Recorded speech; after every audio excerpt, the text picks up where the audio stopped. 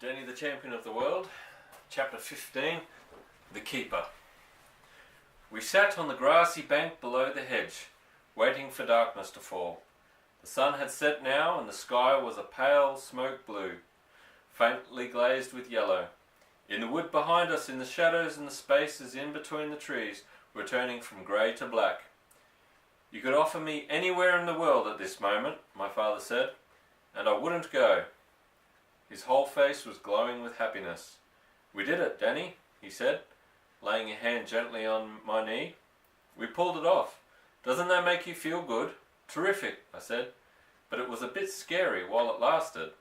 Ah, but that's what poaching's all about, he said. It scares the pants off us. That's why we love it. Look, there's a hawk. I looked where he was pointing and saw a sparrowhawk hovering superbly in the darkening sky above the ploughed field across the track.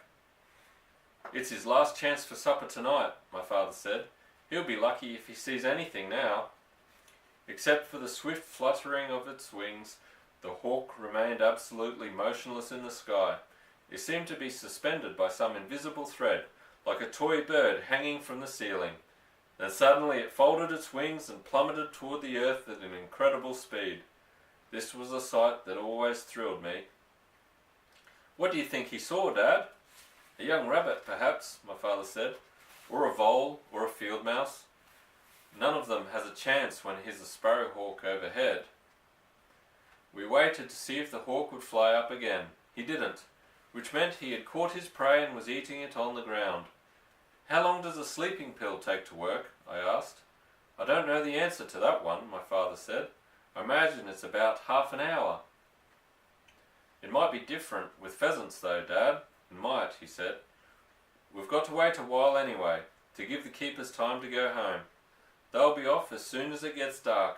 I've brought an apple for each of us, he added, fishing into one of his pockets. A Cox's orange pippin, I said, smiling. Thank you very much. We sat there munching away. One of the nice things about a Cox's orange pippin, my father said, is that the pips rattle when it's ripe. Shake it, and you can hear them rattling. I shook my half-eaten apple. The pips rattled. Look out, he whispered sharply. There's someone coming. The man had appeared suddenly and silently out of the dusk and was quite close before my father saw him. It's another keeper, he whispered. Just sit tight and don't say a word. We both watched the keeper as he came down the track towards us. He had a shotgun under his arm and there was a black Labrador walking at his heel. He stopped when he was a few paces away, and the dog stopped with him and stayed beside him, watching us through the keeper's legs. Good evening, my father said, nice and friendly. This was a tall, bony man with a hard eye and a hard cheek and hard, dangerous hands. I know you, he said, coming closer. I know the both of you. My father didn't answer this. You're from the filling station, right? His lips were thin and dry with some sort of a brownish crust over them. You're from the filling station, that's your boy, and you live in that filthy old caravan, right? What are we playing? My father said. 20 questions? The keeper spat out a big gob of spit, and I saw it go sailing through the air and land with a plop on a patch of dry dust 6 inches from my father's plaster foot. It looked like a little baby oyster lying there. Beat it, the man said. Go on, get out. When he spoke, his upper lip lifted above the gum, and I could see a row of small discoloured teeth. One of them was black. The others were brownish yellow, like the seeds of a pomegranate. This happens to be a public footpath, my father said. Kindly do not molest us. The keeper shifted the gun from his left arm to his right. You're loitering, he said, with intent to commit a nuisance. I could run you in for that. No, you couldn't, my father said. All this made me rather nervous. I see you broke your foot, the keeper said.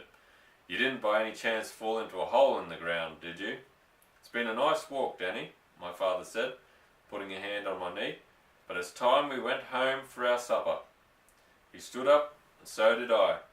We wandered off down the track the way we'd come, leaving the keeper standing there, and soon he was out of sight in this half-darkness behind us. That's the head keeper, my father said. His name is Rabbits. Do we have to go home, Dad? Home? My father cried. My dear boy, we're just beginning. Come in here. There was a gate on our right leading into a field, and we climbed over it and sat down behind the hedge. Mr. Rabbits is also due for his supper, my father said. You mustn't worry about him. We sat quietly behind the hedge waiting for the keeper to walk past us on his way home. A few stars were showing, and a bright three-quarter moon was coming up over the hills behind us in the east. We have to be careful of that dog, my father said. When they come by, hold your breath and don't move a muscle. Won't the dogs smell us out anyway? I asked. No, my father said. There's no wind to carry the scent. Look out, here they come, don't move. The keeper came loping softly down the track with the dog padding quick and soft-footed at his heel. I took a deep breath and held it as they went by. When they were some distance away, my father stood up and said, It's all right, he won't be coming back tonight. Are you sure? I'm positive, Danny. What about the other one, the one in the clearing? He'll be gone too. Mightn't one of them be waiting for us at the bottom of the track, I asked, by the gap in the hedge? There wouldn't be any point in him doing that, my father said. There's at least 20 different ways of reaching the road when you come out of Hazel's Wood. Mr. Rabbits knows that. He stayed behind the hedge for a few minutes more just to be on the safe side. Isn't it a marvellous thought though, Danny, my father said, that there's about 200 pheasants at this very moment roosting up in those trees, and already they're beginning to feel groggy. Soon they'll be falling out of the branches like raindrops. The three-quarter moon was well above the hills now, and the sky was filled with stars as we climbed back over the gate and began walking up the track towards the wood. It's the end of chapter 15. Good night, sleep tight.